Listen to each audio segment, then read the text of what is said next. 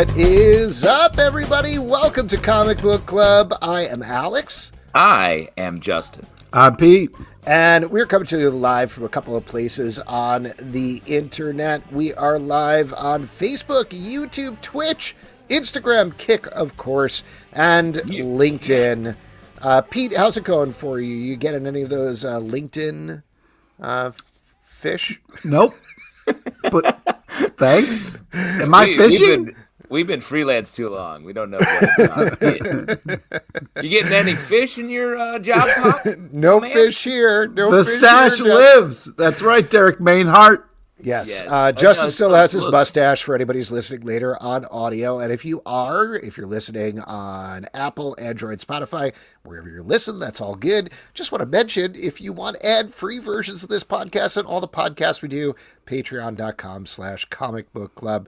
But listen, we're going to keep this Kick, we all have mustaches, I believe. Yeah, and Justin, do you want to take this time to plug your Stash's Instagram handle? Or no, the Justash?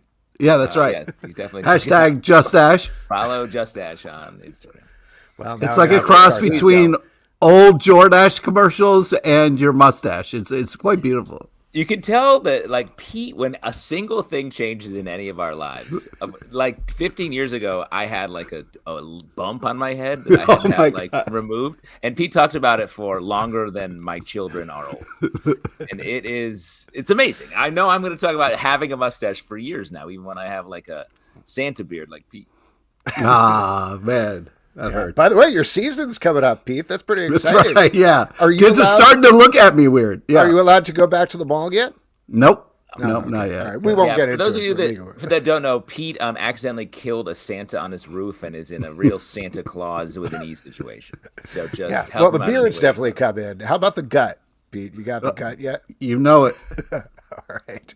Great. Working on that whole Santa Claus. Listen, we're working on having some amazing guests for the show, and in fact, we did it. We got it. We nailed it. We have three amazing guests for you tonight. They are three guys behind a awesome, I guess we can call it project, called the Marvel Age of Comics. Three different books to kick off this new line of books, delving into some of the really fascinating history behind Marvel Comics that you may or may not know. Ladies and gentlemen, Chris Ryall, Paul Cornell, and Stuart Moore. Hey, welcome. Thank you guys so much for coming. Very excited to chat about this. So there are, as I mentioned, three different books. They all came out, I believe, today from Bloomsbury. And just to read off what they are, Chris's book is Daredevil Born Again, and delving pretty heavily into that. Stuart, you wrote about Doctor Strange, A Decade of Dark Magic. And Paul, you wrote about The Mighty Avengers versus the 1970s. And very excited to find out which one of them won. I guess we'll talk about that in a moment. But just to take a big step back and talk about this, we've interviewed all three of you guys for vastly different projects before, and nothing against you, but they're not necessarily three names that I would expect to see together on a roster. How did they end up reaching out to you about this, and what kind of coordination, if anything, was there on this, or were you kind of just all set on your own paths? See, where do we start? Who starts? Stuart, you want to start? I think we were all reached out to separately. Marvel recommended most of us, I think. But actually, we all do know each other, and we've all worked together on various different projects in the past. So it was really nice to, I didn't even know Paul and Chris were writing the books until I was well into mine. And then I was like, oh, great, my friends. I'm here with my friends. So yeah, that worked out nicely. The books themselves are there's something you don't get to do very often, because they are Marvel licensed, but they're almost sort of a cross, to varying degrees for each of us. They're sort of a cross between comics history, criticism. There's an element of personal memoir to mine, at least, and an element of New York history in mine as well. And it's all sort of jumbled together in a whatever kind of stew we each wanted to put into it. They were very open about that, I found. Did you guys agree? Yeah, I mean, this is a book I've been wanting and aiming to write for decades. And so when they actually emailed me and said, would you like to write some sort of book about Marvel? I said, I've got this one I want to write. So very specifically. Nice. Would you like to fulfill your dreams? Yes, I would. Yeah, and I was largely the same way. Like, I am a big fan of Bloomsbury. Has a book series called 33 and a Third, where they basically go to musicians or music journalists or music historians and have them write about their favorite concert or their favorite live album or whatever the case may be. And so I used to think, wouldn't that be cool if there was something like that for comics? So we didn't just have to write blog posts and other things, but we could actually be legitimized by a real publisher. And so I think this kind of signifies that we're all entering our historian phase of working in the comic industry. So yeah, when Marvel reached out and said, would you have any interest in helping launch this line? Like, absolutely. So I had a few different books that I really wanted to do, and so I'm glad they picked the one that I most wanted to do. But yeah, I mean, just being able to be handed 30,000 words to talk about why something that we love is great and influential and impactful and lasting was a thrill. Yes. One of the things that I really like about this, and I think people probably got a sense based on how I was describing them, but they're three very different books. It's not like Daredevil, the true story, Doctor Strange, the true story, etc. Like, you're giving them very different focuses that seem, like you're saying, very personal to you. So just to kind of like start with yours, Chris, if you don't mind, since you are diving very specifically into, I'll get these to work. There we go. Tiny little windows. Into Daredevil Born Again. I mean, for you, why was this the right topic? So it's funny, in part, like, you could say it was sort of a mercenary thing. So I'm like, I really want to get one of these approved. And if I pick one that has the same title as a big Disney Plus show, maybe that maximizes my chances. Yeah. But it also just so happens that Born Again is my all-time favorite superhero storyline. And so I love the idea of digging into like why I think those 7 issues are so impactful and resonant and all of that, even decades later. But then as it went along and I saw what Paul and Stuart were doing, I got a little envious that, like, I could have widened my reach a bit and talked more about, how Frank Miller got me into ninjas and everything from his first run on the book. But instead, I just did spend the entire book telling why I think Born Again is so great. And I'm happy I did, because, like I say, it is my all-time favorite superhero storyline. Nice. Well, I think that's the superpower pun happening of this anyway, where it's like the pinpoint of some of these books is really nice. It makes it feel personal just by the form, in addition to the content. Yeah. Yeah, and I like the fact that they are all different, that they take on different scopes. That yours is very focused. I think Natasha Womack's is also quite focused. That's coming up on Miles Morales' upcoming volume. Yeah. Where Paul's and mine basically each span a year of a character or comics. 10 years, a decade of a character or comics history. Two particular different effects. Well, why don't we talk about one of those, moving on to Paul's book, The Mighty Avengers versus the 1970s. Why was this your dream book? Well, I just think it's really interesting. I mean, this is a run I largely read at the time. And not only is some of this material very personal to me, but I think it maps so well that amazing decade. There's basically only 3 and a bit major writers of the Avengers across the 1970s, and they each take radically different approaches to this material. And all of their approaches are influenced tremendously by the social change erupting around them. And so it's an extraordinary mirror to the times. And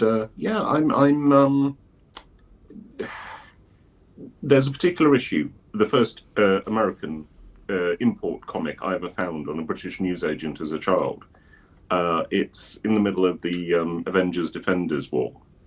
And I still kind of view it as a platonic ideal of a superhero comic. I find it impossible to view it objectively. And so it's kind of passing out from each writer what they wanted to do and trying to deal with that on its own terms, to do comics critique about the actual business of comics writing on the creative level, to try and judge superhero comics by what they're trying to do. Nice. It's beautiful. I mean, it's interesting to focus on this era. This is my very narrow view of it, obviously, but I certainly think about the 60s as like, that's the dawn of the Marvel Age, right? And the 80s, that was certainly when I was really starting to get into comics, but that's a revolution in terms of getting darker with things like The Dark Knight, and then also the dawn of crossovers and everything like that. And to me, a little bit, the 70s feel like a lost era, but that's obviously not your take on it at all. Oh, no. Oh, no. Why are you picking a fight with him, Alex? I mean, I'm geez. trying to fight with Paul. That's what's going on. I mean, I think the 1970s was where you get some effortlessly adult comics that still stay within the Comics Code. Basically, the entire work of Steve Gerber. There's a lot of this material is extremely sophisticated, and I think we lost some of that sophistication after the 1970s. So no, I think the Bronze Age. You know, I'm not one to slag off modern comics at all. I adore modern comics, current comics, but the 70s has a wonderful, powerful flavour of its own, and I really prefer it to the decades on either side. Well, if I can quickly just talk of this one a little bit too.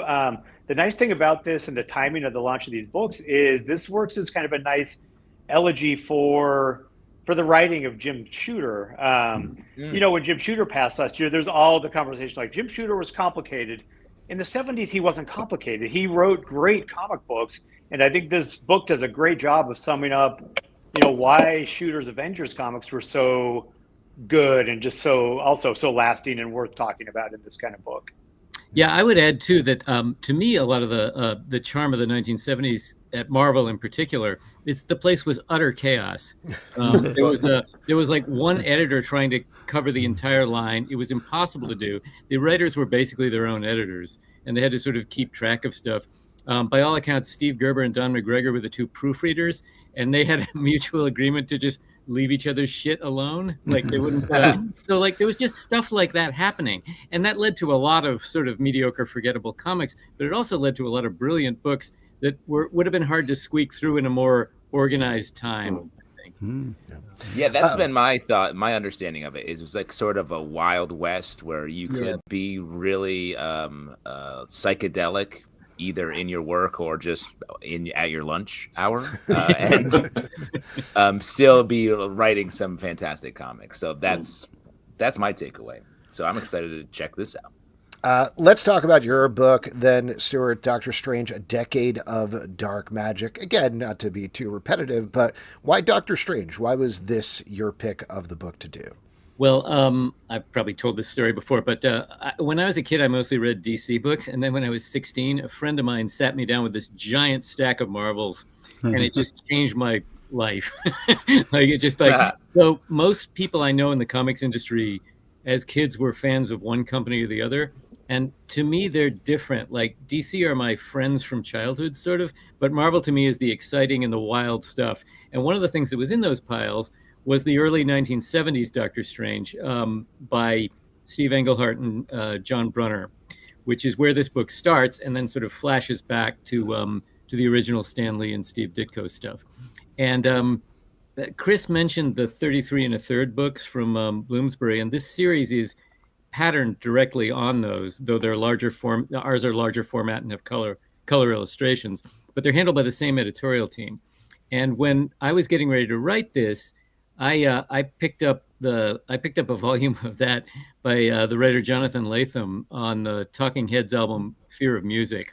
And I think I probably took too much away from that because that's where all the self-indulgent shit that Chris was talking about comes in, where I sort of bring my own life into it and discovered that while the early Doctor Strange stories in particular, and this is mostly the influence of Steve Ditko, I think, but they're set not just in New York where all the early Marvels were set, but in the East Village specifically. And I sort of wound up, and this was, I was writing around the same time the film A Complete Unknown was about to come out.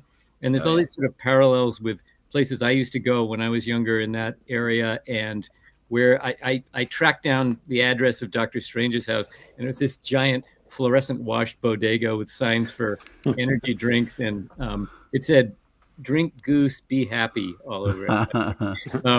And I don't know what to make of that. We decided it was Wong doing a spell of concealment. It's just an illusion. Yeah. Yeah, it's just to throw people off the path. But all that sort of wound up in the whole thing, along with a discussion of how the strip evolved, what happened when Ditko left, which he left rather suddenly, and who had to carry it on after that, and how the early '70s stuff was a real revival and a sort of an attempt to push the whole thing to the next level. Awesome. Something that we talk about a little bit, and I know this isn't necessarily the area you're talking about, but it feels like people struggle a little bit with Doctor Strange as a character. You know, you have those early stories, and there's been some great runs even over the past decade or so. But why do you think that is? Why do you think people sort of hit a wall with this character in particular? Well, like Thor, it's a character who doesn't fit neatly into the Marvel universe because he's mostly concerned with realms beyond. He's not as street level. Like he's mostly concerned with realms beyond Earth. That can be fascinating. One thing I noticed after rereading every Doctor Strange story from that 10-year period is that even for a Marvel character, he talks to himself a lot. Very chatty. I think that's because he doesn't really have a sidekick, at least until Clea comes into it kind of late in these stories.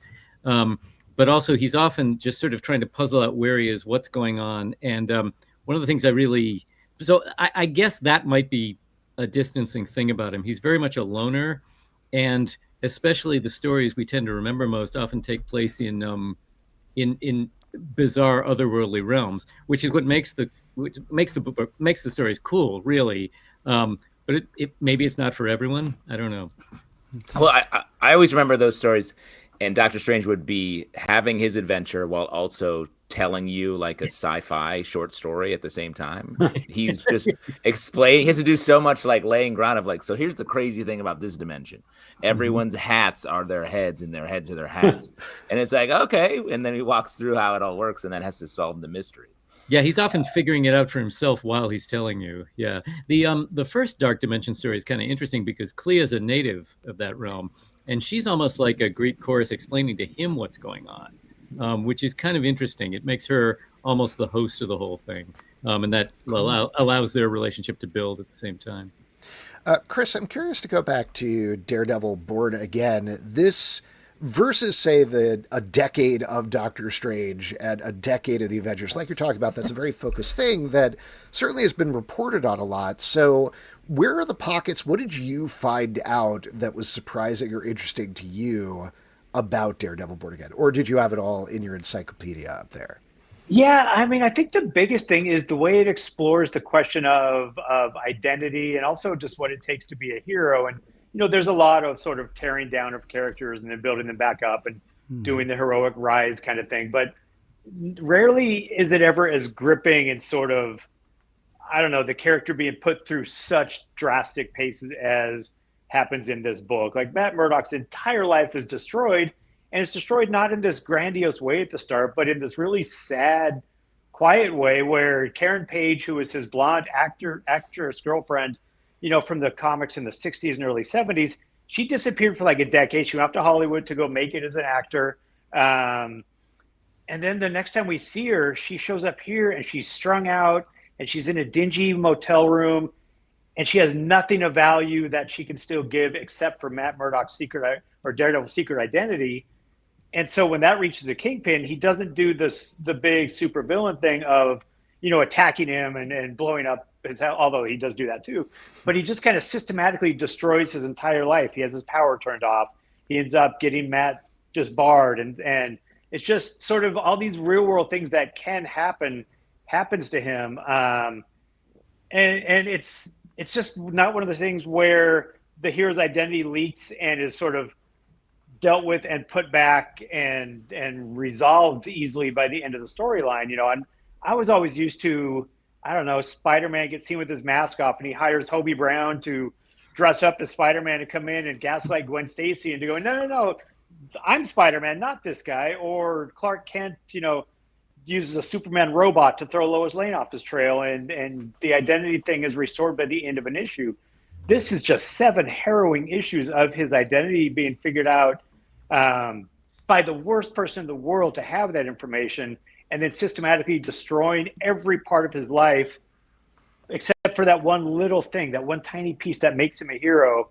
Kingpin never takes that from him. And I just find all of it just still so, I almost get choked up about it because it is just such a perfect example of what makes somebody a hero, how they just can, I don't know, come back from such terrible odds and still find that thing, find the way to keep moving forward and never let anything that you're put through sort of keep you down. So those are the things that I really found just so lasting. And then just the impact that almost every other story that's come since then, where the hero's identity is figured out, you know, as like when Bendis did it in Daredevil, or Ed Brubaker picked up from Bendis, you could tell that this was the story that was influencing everything that came after it. Yeah, definitely. Well, and on that, I feel like all three of these books have been fodder for like the media development, like movies and TV and the MCU.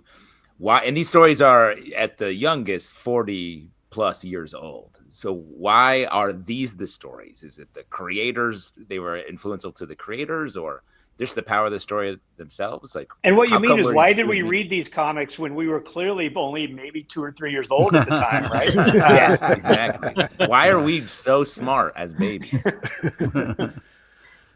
One of the original, I think part of the original concept for this line of books was that there was going to be one book from each decade of Marvel's existence, and it hasn't worked out exactly that way so far. And mine overlaps a couple decades, but it's sort of worked out that way. Like, and once we get to Miles Morales, that'll bring it a little more into the present day.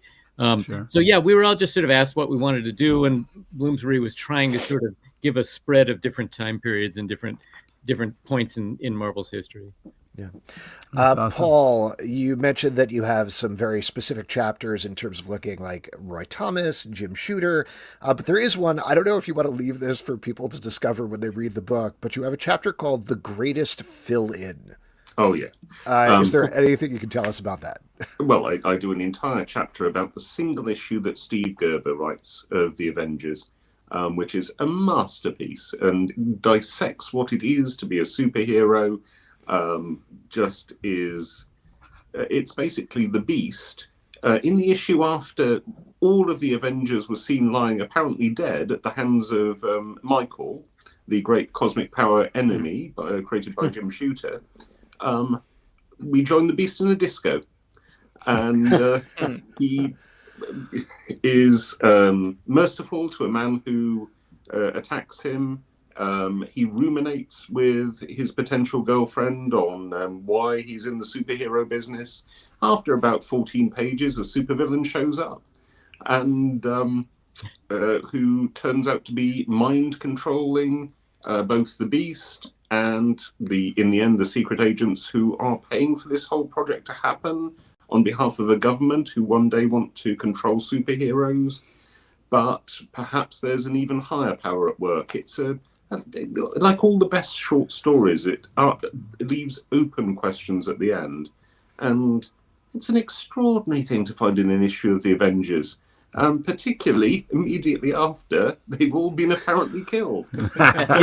So there is a good Bloomsbury book that sort of looks at the hangover issues following amazing runs. That's a good idea. And after Born Again, the next issue is a Steve Ditko comic where Daredevil fights Madcap, who is this goofy Mark Grunwald sort of ambush bug-like character. And it didn't pick up at all from Born Again. And it was just such a weird sort of letdown, but also just curious moments in time where like that issue follows the Avengers Michael saga. And I'm fascinated by those, the weird fill-ins.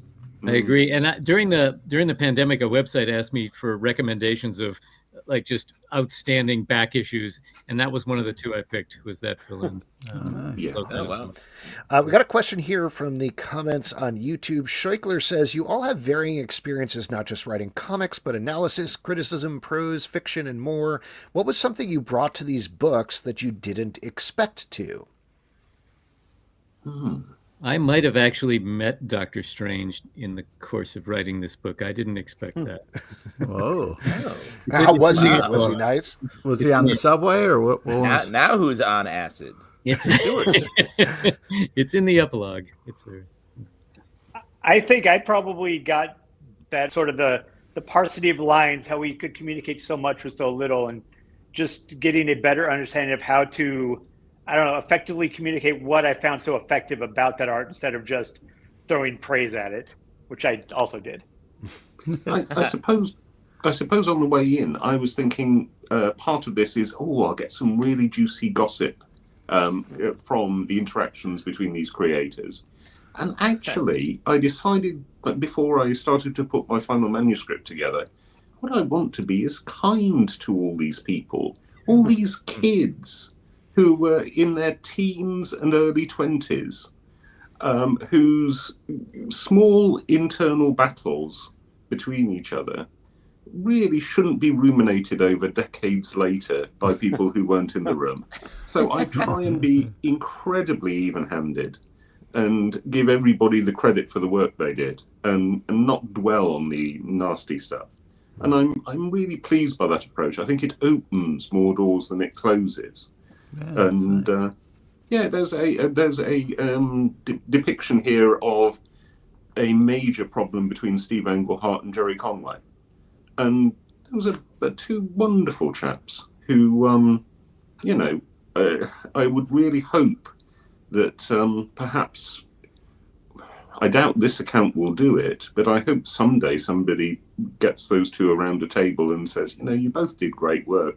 Are we really going to, still be focused on one weekend all those decades ago? Well, and funny, so there's a bit at the end of Born Again where the Avengers show up and they're never named. Like, anybody who's read Marvel Comics knows that's Thor. And when they talk about Captain America having a voice that could command a god and did, you understand that is the essence of Captain America, and you don't have to name that character. But there's these apocryphal stories that Jim Shooter had the heavy hand from above saying, no, Frank, you absolutely need to name every character because every issue is somebody's first issue. And so I want all the Avengers named in that comic. And it became this big heated thing. And there was this subterfuge to add the captions, but then print the book without the captions and tell Jim, the printer screwed up. And turns out all of that, in talking to Bob Harris, the editor on this, that was all bullshit. And so somehow Jim got maligned falsely all these years of this story that sort of became accepted fact that wasn't true. And so that was another thing that I learned, was just, digging into the history and talking to some of the people that made these comics were more nuanced and less sort of antagonistic as has been portrayed over time. Wow. I think Chris addressed this a little bit already in terms of what you took back from this process. You talking about, Chris, talking about the art and getting more eloquent about it, which I'm not doing right now. But Paul and Stuart, what about you? What did you take back? Like, what did you learn that you are now taking back to your process as creators from crafting this book? Well, one thing I learned was that when I was a kid, the 70s stuff was really mind-blowing, and I appreciated the sort of looseness of it, but also the philosophy behind it. And I didn't see that so much in the Stan Lee, Steve Ditko works, but it's there. It's just a little further back, and it's probably mostly Ditko. Like, what I sort of pieced together from their collaboration is that Ditko was the one who was, he's famous. There have been several books about him written just in recent years, and everyone knows that he was an objectivist. He had very strong political feelings, which came out in his later indie work. Whereas, but I think he was more concerned with the sort of otherworldliness and the philosophy of the whole thing, where Stan was concerned with. To Stan, I think Doctor Strange was kind of like, he was like the Stan Lee of the East Village. Like, he was this cool guy who was sort of all the beatniks kind of admired, and so I sort of pieced that together. In terms of what I learned writing, though, I realized there was a subtler philosophy in those stories than I had noticed when I was a kid. It's just not spelled out as much. That's really, Stan Lee thought of himself as sort of a Doctor Strange. Stan Lee thought of himself as sort of like a Spider-Man. Stan Lee thought of himself as sort of like a Hulk character. Paul, was there anything you took back to your creative process? I guess a tremendous love of Steve Englehart. Just reading the whole run again, back to back. His Celestial Madonna saga not only lands a good ending in superhero comics, which is almost never done, but brings together themes about how anybody can be redeemed. Even little in-jokes like the whole saga starts with a clever trick involving the Space Phantom, and ends with a clever trick involving the Space Phantom. It's a magnificently shaped piece of work. And I think that's just not appreciated enough these days. I was honestly so happy to see you explain some of that, because I never understood Mantis and the Swordsman and the Kotati and the Celestial Madonna. Like, it just never landed in my brain when I read that stuff. So thank you for clarifying it in your book. I think you just have to read it in one go. Yeah, It's a graphic novel, basically. It's very clear how much you guys are just huge fans of each of your works in this line. It's awesome to hear the enthusiasm even now as it's coming out. But is there but these are like have real historical heft. What's the shameless comic history story that you want to tell? The deeply personal, like, if I could, I would tell this story. You mean related to the characters in these books? Unrelated to this book. Anything? Just I'm struck by how these are the big stories that you've been wanting to tell. What are the little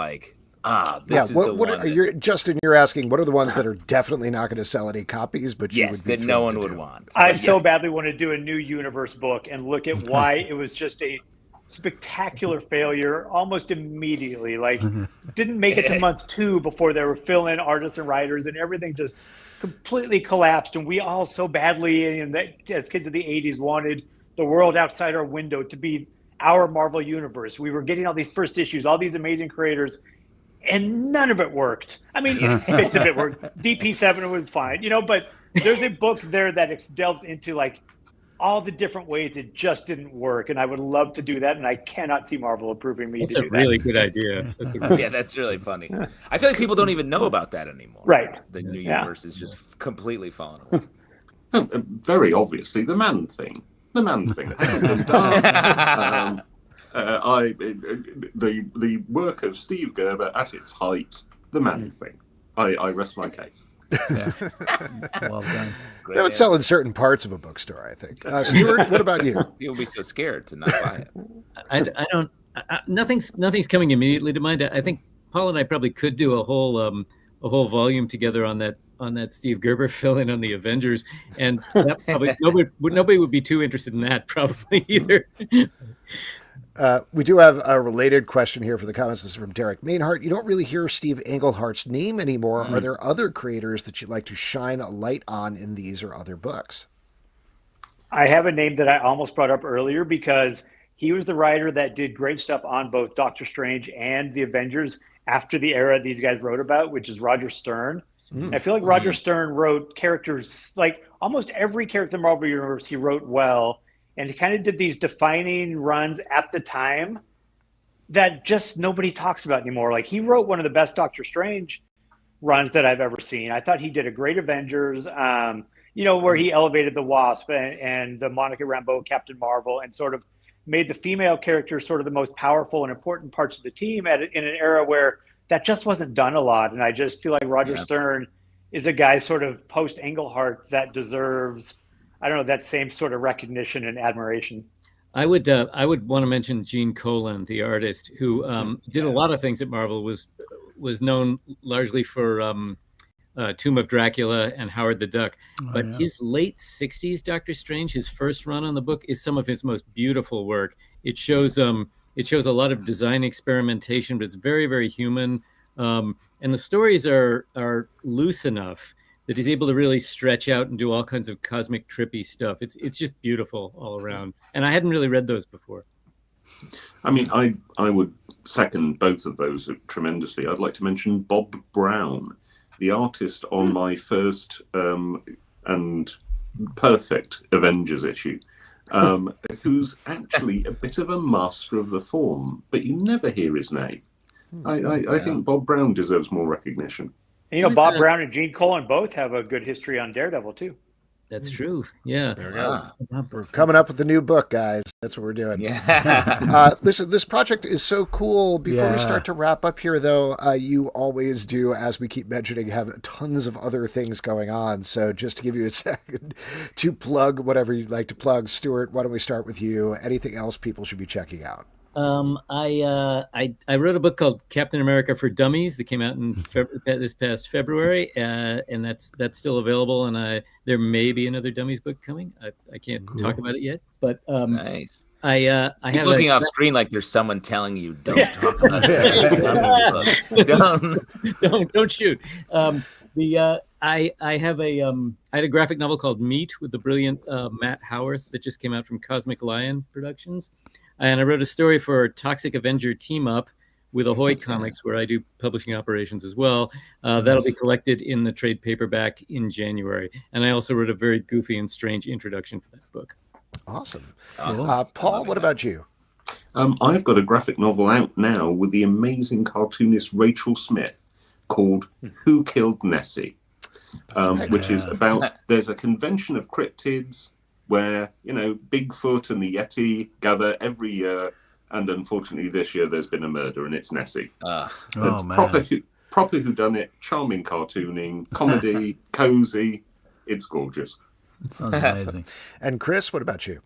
By the way, I read Paul's book. Me and Paul are both 40, and so anything to do with cryptids and UFOs and aliens, I think we're both marks for.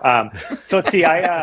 My Francis Ford Coppola Megalopolis graphic novel with Jacob Phillips on art came out last month, and then early next month, I do a Christmas horror anthology called Dread the Halls through Image, and that comes out on December 3rd.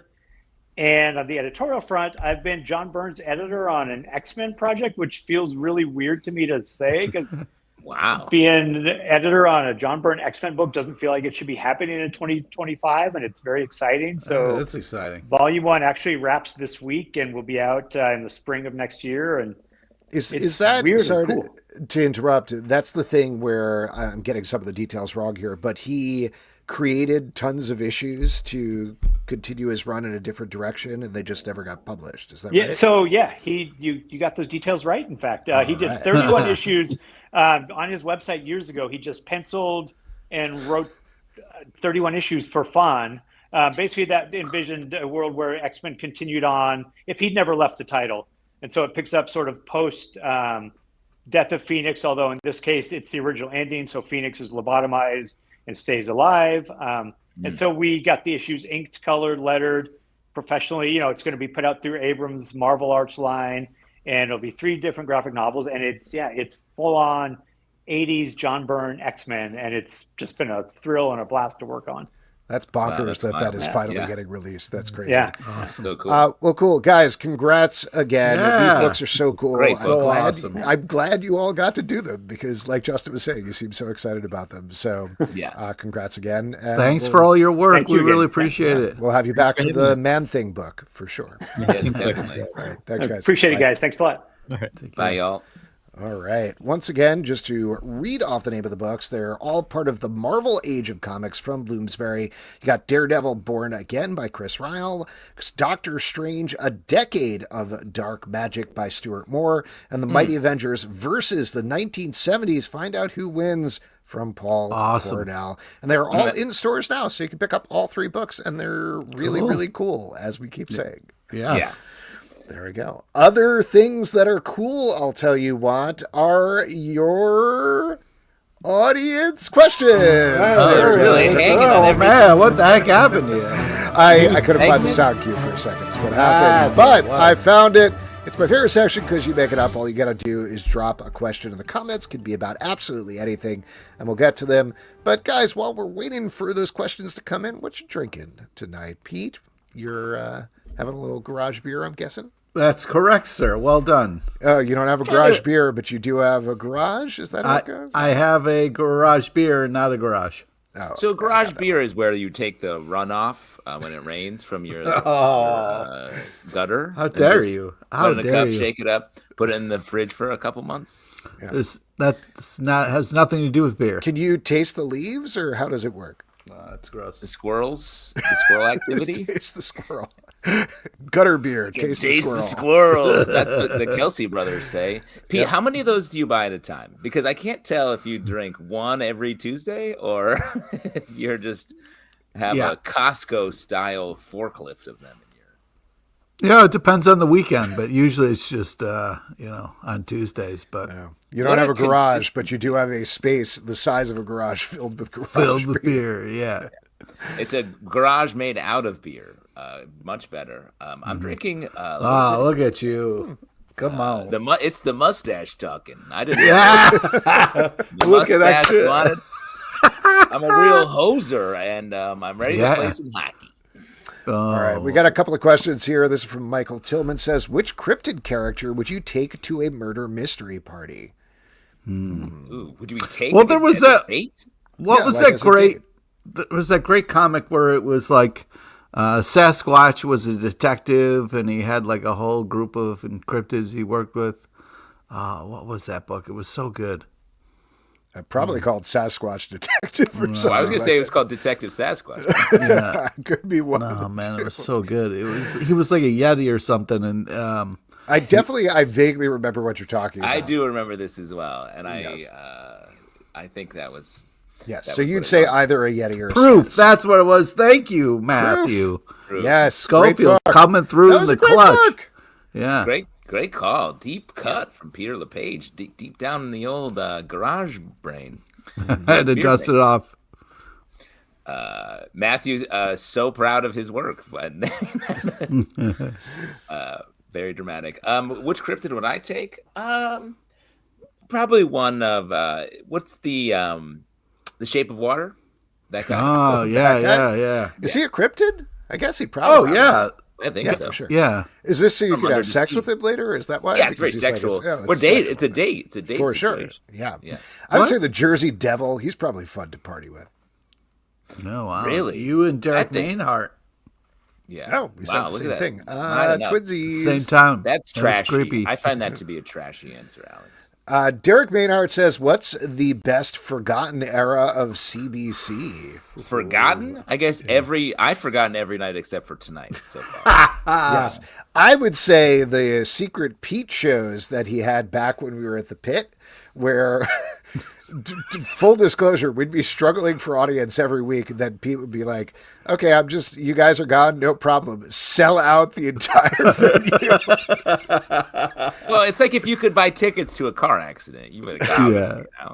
Like if you know it. How dare you, sir? How dare you? Nope, you would actually really turn up for those shows. You would book the whole thing. You would have segments, very intense segments. I remember. I mean, I was in disguise in the audience watching for all of them. Yeah, and I think that was pre-podcast, so those. Yeah, those don't exist. That's the thing about doing live comedy, man. That was a moment in time. It was all live. I mean, the Alex rant, when you quit comics was a good one. I immediately go back to the pickle days when we were running around the streets. That of is New a York. good forgotten era, Pulp Secret era for sure. Yeah, aren't those still out there though? Can't we find those? No, maybe. I wonder if I have. I don't know how the internet works. Those. Yeah. But yes, when Pete calls it the pickle era, it involves maybe a little more explanation when we were roving reporters. For a comic book news website that we were. Yep. We were journalists. And we were covering your love of pickles, as I recall, or what was that all about? Let me be honest, though. I feel like I used the quote-unquote skills we got from that job where it was like, we need to make this interesting somehow. I used that today when I was working on some scripts for some stuff. Yep. So it's like, that was a formative time in my career. Scheuchler asks, what comic runner era would you write a detailed analysis of? Oh, great question. Yeah, that's a great question. Wow.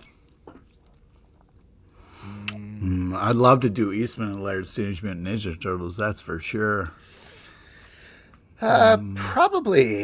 Probably one of those X-Men crossovers I like Inferno would be maybe the least interesting one, but like Mutant Massacre or Fall of the Mutants, something like that, because that feels like the sort of thing like, hey, Mutant Massacre, we came up with an idea to slaughter a bunch of mutants in the sewers. Isn't that cool? Would be interesting to get into the headspace of what led to that. I would do two that come to mind. 0 Hour from DC, I feel like was... talking about a time in mainstream comics when big experimentation was happening. I feel like Zero Hour was very strange. Obviously, selfishly, Starman came out of that. There was a lot of weird books there. And Starman specifically, I feel like, built a big community in the back matter, which was the first comic in my experience that was not just throwing letters in and answering them, was really connecting people.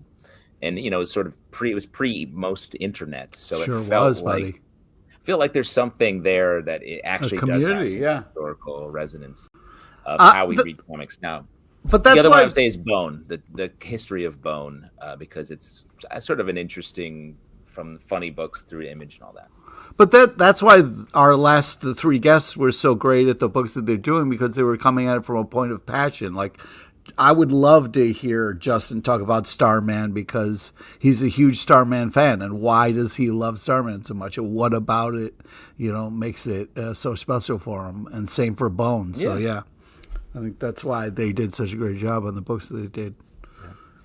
Derek wants to know, can we hear more about these secret Pete shows? Pete, you were there.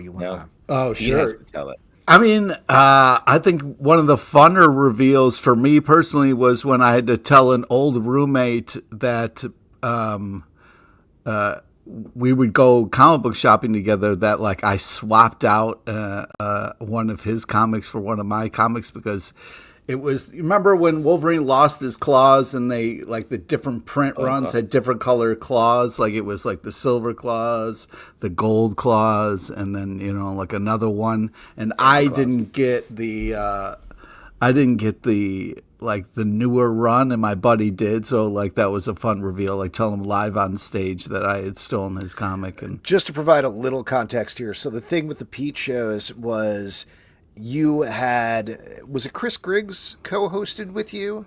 And no, it was my buddy 4-0. Your buddy 4-0. So you had basically a bunch of buddies, and then you packed the audience with tons of your friends, the people that you refused to introduce us to, despite us knowing each other for almost 2 decades. We're friends, but we don't know Pete's friends, and we don't know where Pete lives. Yeah. And as far as we heard, they were just like these packed wild parties where Pete's friends went absolutely nuts. So there you go. Well, you would bring friends on stage, and then they would bring friends, and it just became a thing. But are you sure? Did you have a show? Was it a show, or was it like a party? Were you just having a party? It was both. It was definitely the after hours after the shows were just so much fun, because then all your friends are at the bar, which is the perfect scenario. Well, I wish I could have guessed it on one of those shows. Yeah, too bad. Didn't we? There was a show where Pete hosted, and we were the guests. I vaguely remember that. Yeah, I think Justin was a guest one time. That's for sure. Yeah. And then Straight Bullets talking about the Arrow corner. I mean, yeah, we had some fun, man. We had some fun. That was Arrow, I think. Speaking of which, Straight Bullet has a nice tee-up / question, which is, are you guys going to mention the Comic Book Club book club? For sure. So we've been talking about this in the Patreon Discord. Again, patreon.com/Comic Book Club. But we came up with this crazy idea to have a book club for Comic Book Club. So there was a big vote that went on the Discord. We're going to be reading Drome by Jesse Lonergan. Oh, yes. To be determined. We're going to get together and just like actually have it as a book club. Like, this won't be recorded as a podcast. We're not going to put up the video anywhere other than for potentially Patreon folks who couldn't necessarily be there. But this is just a Patreon thing to hang out and chat about a graphic novel that we'll be doing sometime in December. So if you're interested, again, patreon.com/Comic Book Club. It's as low as $2 a month. There's tons of bonuses. You get to hang out in Discord. Very fun. I'm so excited to talk about that book. Yeah, I'm excited to talk about it too, and just hang out and chat about a graphic novel, and hopefully it works, and we'll keep that going every month and see what happens. So there you go. How could it not work? Yeah. Well, we'll see. Pablo says, what is the worst comic book somebody recommended you guys, and why? I've never read a bad comic. All of them. What? All comics are a little That's worst comic somebody recommended. I don't know. I don't really have a good answer for that. Yeah, I just most of the time if somebody recommends it, like, I feel like there's this pressure if you're recommending a comic, like, it's gotta be good. You gotta actually, like, you're going to bat for something, because if the other person doesn't like it, then you've lost all credibility forever. Well, and especially like we're a common, we've been doing this long enough that like we're known comic book guys. If someone's recommending something to us, it's like that'd be weird if they were like, yeah, it's bad. I mean, it's weird because when Alex gets excited about a book, I get like, oh, I don't know if I'm gonna like this. But there's never been like a thing where Cool. What? We have different tastes, man. Yeah, I know. When you get excited about something, I'm excited for you because you're happy. But go ahead. Go off, King. Oh, Jesus. I just don't have an instance where someone was like, oh, you got to check this out. And I was like, oh, I hate this. But I just know sometimes... we do that every week on the stack. So I don't know it's hard about to say that, really. Yeah. All right. Yeah, I mean, Hatouche, Maynard, I'm excited about it. Yes. He says, did anyone recommend Hatouche? Not yet. Nobody has recommended Hatouche. I recommend Hatouche. Yes. Oh, well, there you go. Great. Perfectly illustrating Pablo's question. And that is it for your audience questions. Whoop, whoop, whoop, whoop. We are going to move on with our next section, which is trivia. And for that, we're going to turn it over to Pete LePage. All right. This is the part we give back to you, the lovely audience. It's an opportunity to win $25 free dollars to Midtown Comics Online. Because if you had $25, you'd probably want to go to a comic book shop. I mean, come on. Come on. So we just need Pablo a first hand up here. Oh, Pablo's back with a vengeance. Yeah. Yeah. Ooh, sorry, Kurt Jensen. Come back next week, Kurt. Yeah, come back Yeah, next what's week. up? Shout outs to Kurt. All right. We all have mustaches. Yeah, I mean, everyone has one. It's just these guys all have extra. Hey, Justin, while Some we're talking people- about the mustache, like, how's your wife doing with it? Is she hate it? Does she like? While we're speaking about the mustache, how's your wife doing? Yeah. She's single. Available. What? Is that what you mean, Pete? No, I want you and your wife to be happy. I'm just worried that, you show up one day with a mustache. Like, that's a big decision. You know? Yeah, you show up one day for a mustache, suddenly your friend who lives somewhere we don't know shows up and swoops her off her feet. The man with a full beard. Exactly. What a flex. Yeah, she falls for the Santa look. She loves Christmas. So What? I smell a Hallmark rom-com that Pete would love to watch. Right The Santa cheater. Yeah. No, hang on. Come on. Let him open up and share with us, please, Alex. What is this when question? Share what? He said, how's my wife doing with a mustache? And I do actually have an answer because I said, hey, I'm going to shave a mustache because I'm playing Gallagher in this show. And she's like, no. Wait, because you're playing Gallagher the video game, or there's a character whose name is Gallagher? Gallagher the video game? Oh, Gallagher. Gallagher. Yeah. No, Sorry. Gallagher. I believe in Gallagher you do shoot watermelons that are coming out. I think in Gallagher, isn't it a mustache shooting little pew-pews at the front of its, Yes, the top I of remember its that. little face? Mm-hmm. No, I was playing Gallagher, the fruit-smashing 80s prop comedian who did thousands of shows a year. And she said, no, please don't do that. And I said, I must. And then I came home I got up the next day, and she turned to me and said, that mustache is really growing on me. Wow. Aw. What a beautiful story. Yeah, I wouldn't say that, but it is. It's still on my face. So, Okay. how about that for an answer? And you are still married, so Yes. Why are you having air quotes around that? You little. I don't know. You said still on my face in air quotes, so I just wanted to keep the bit going. You know what I mean? Pablo has his hand up here, and we got to put it down for his circulation. So, Pete, why don't you take it away with trivia? All right. Today's trivia is about the comic Superman Kryptonite Spectrum and a small nod to the legend, Drew Struzan. R.I.P. Thanks for all the movie poster art. Okay, please listen to all three options. Getting loose. Before hearing the question, here we go. Question number 1. Who writes the amazing comic Superman the Kryptonite Spectrum? Is it A, W. Maxwell Prince? B, to be frank, I wish your name was Frank Bryan? C, Brian Frank? To be frank. He probably gets that all the time, though. So, Yeah. Yeah. you know, Let me just say, that's a bad name. Brian Frank. Brian Frank? It's tough if your last name is Frank. Those are two bad names put together. Yeah. Oh, easy, A? Is it easy. A? A is correct. Well done, Pablo. Here we go. Question number 2. Who is the amazing artist on this fantastic comic? Is it A, Martin Morazzo? B, every time I see you, I laugh and think about Captain Raymond Holt on the Wheels of Steel? C, DJ Holt? I was just shitting on the name Frank, and Spaceman Frank says, "Oh man, to be frank." Apologies, Frank. It's shout outs to Spaceman Frank. You know what I mean? Yeah, it's well timed. Well timed. What's up?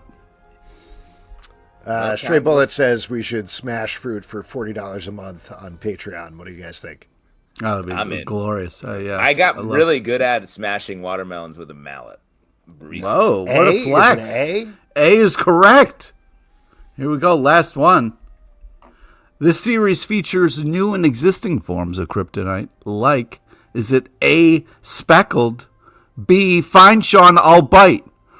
What's going to be the name of your cologne? C, Sean Sauvage. I like when you take one step out. You're like a 70s Marvel writer's like, I'm going to be a little trippy with this one. That was your version of Beast going to the disco. That's right. That's right. Why is the Beast? The Beast as an Avenger is crazy. Really? I don't know. I liked it. Him and Wonder Man together, that's fun stuff.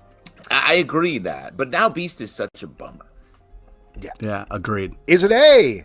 A is correct. Congratulations, Pablo. You somehow beat trivia. Shoot us an email. Right. We will get you a gift card to Midtown Comics. Pete, what is the Drew Struzan movie you are referencing here? Of course, I'm talking about the 2005 award-winning short, Blood Makes Noise. What? Wait, you weren't doing the Drew Struzan documentary? No, I wasn't. Okay. What got you on this kick? Well, first of all, amazing poster art. You know what I mean? The guy's an artistic legend, and he's no more. So I just want to take a moment to remember him. Respectfully, when you're talking about posters like that, I call them cool covers for the movies. Oh, wow. Interesting. That's nice. Yeah. Yeah. Cool. You just peel them open and the movie just unfolds. It's right under there. That's right under there.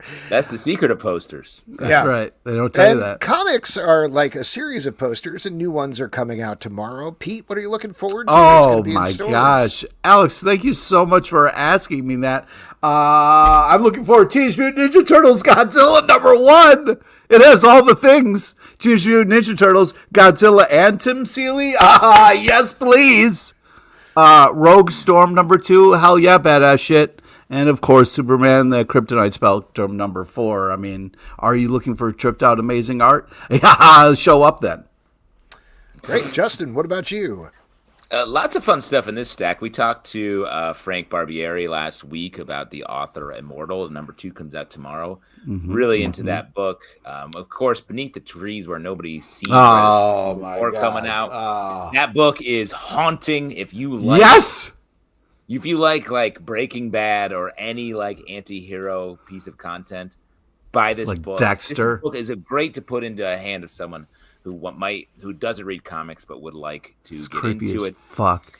I gotta hit Die Loaded #1, the return of Kieran Gillen's book from back in the day, which has really stuck with me as the years go by. And last thing I'll say is Redcoat #15, a book that is just really fun. It's been such a surprise every month. I really Yeah. You guys covered a bunch of it, but the things that I'm really curious to check out: Event Horizon Dark Descent #3 from IDW, really messed up prequel to the movie so far. Also, Colossal Kaya #1. Yes, dude. Come on. Read in a while. Pete, you're excited to read it since you haven't read it yet? Yes, exactly. It's got amazing artists on it. Yeah, it has an amazing group of artists. Excited to see them jam on. Colossal. You're right. It is a group of artists. Yes. And then what was the other thing that I wanted to call out? Oh, Poison Ivy Annual has Mark Buckingham on art, as well as G. Will Wilson. that is always good. And folks, will that listen. is it for this week's show. A couple of people we want to thank. We want to thank Chris Ryall, Stuart Moore, and Paul Cornell for coming on to talk about the Marvel Age of Comics. All 3 of their books are now available through Bloomsbury and in stores everywhere, so check that out. Next week on the show, we have 2 great guests for you. John Dudley is going to be here from Big Shoulders, and Shelby Young, the voice of Batgirl in Batman High Volume, is going to be on the show. Comic Book Club News, our daily news show every Monday through Friday. Patreon.com/Comic Book Club. Support this show and all the shows we do, as well as join our upcoming book club. Don't forget to subscribe on Apple, Android, Spotify, or the app of your choice. Comic Book Club on Blue Sky, Comic Book Club Live on Instagram, TikTok, and Threads. ComicBookClubLive.com for this podcast and many more. Until next time, we'll see you at the Comic Book Club. Thank you. Good night. Pete, say hi to my wife. Comic Book Club. Hi, Justice Wood. I'm Ollie. They sit on cramping couches and they let the secrets leak. And occasionally they'll let their special guest speak. So grab your written hammer. Don't be late for it, 'cause their girlfriends can barely tolerate it. Comic Book Club. Comic Book Club. Comic Book